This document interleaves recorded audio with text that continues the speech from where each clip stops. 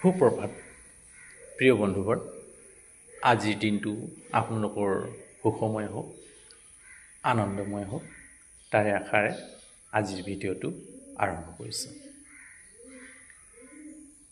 ৰ উঙত আকাৰে ঙা, মূৰ্ধন্য লত আকাৰে লা, উ ৰঙালাও।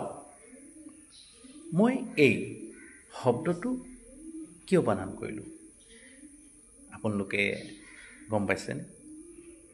মই ৰ উঙত আকাৰে ঙা, মূৰ্ধন্য লত আকাৰে লা, উ ৰঙালাও এইদৰে বানান কৰিলোঁ। কালি সন্ধিয়া সময়ত মোৰ সৰু ল'ৰাটোৱে পঢ়ি আছিল আৰু মই ক'লোঁ বানান কৰি পঢ়িবলৈ। সদায় বানান কৰিয়ে পঢ়ে। কালি ল'ৰাটোৱে ৰঙালাও যেতিয়া বানান কৰিলে, তেতিয়া ৰ উঙত আকাৰে ঙা, মূৰ্ধন্য লত আকাৰে লা, উ ৰঙালাও।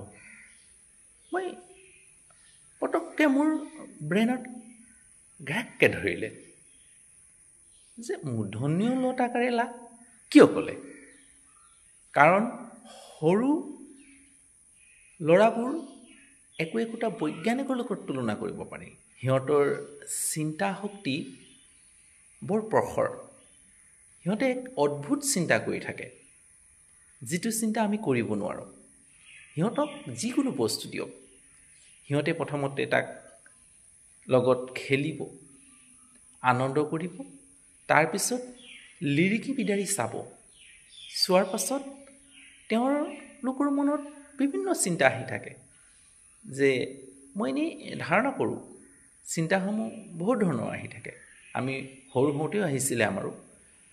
প্ৰথমতে লিৰিকি বিদাৰি চাব, খেলিব, তাৰপিছত ভাঙি আকৌ জইন কৰিব বিচাৰিব। অৰ্থাৎ তেওঁলোকে বিচাৰে কেনেকৈ বনাইছে, কেনেকৈ সৃষ্টি হ'ল, কেনেকৈ বনাব পাৰি, আকৌ তাক তেওঁলোকে কৰিব বিচাৰি থাকে। ঠিক তেনেদৰেই এই বানানসমূহ তেওঁলোকে এক ভাষাবিদৰ দৰে মনত তেওঁলোকৰ ধাৰণা হৈ থাকে। যদি দন্তীয় ত হ'ল, মূৰ্ধন্য ত হ'ল, দন্তীয় দ হ'ল, মূৰ্ধন্য দ হ'ল, তেতিয়াহ'লে লটো কিয় মূৰ্ধন্য ল নহ'ল, বা মূৰ্ধন্য ল হ'ব পাৰে। গতিকে তেওঁলোকে সেইদৰে বানান কৰিলে, মূৰ্ধন্য লত আকাৰে লা।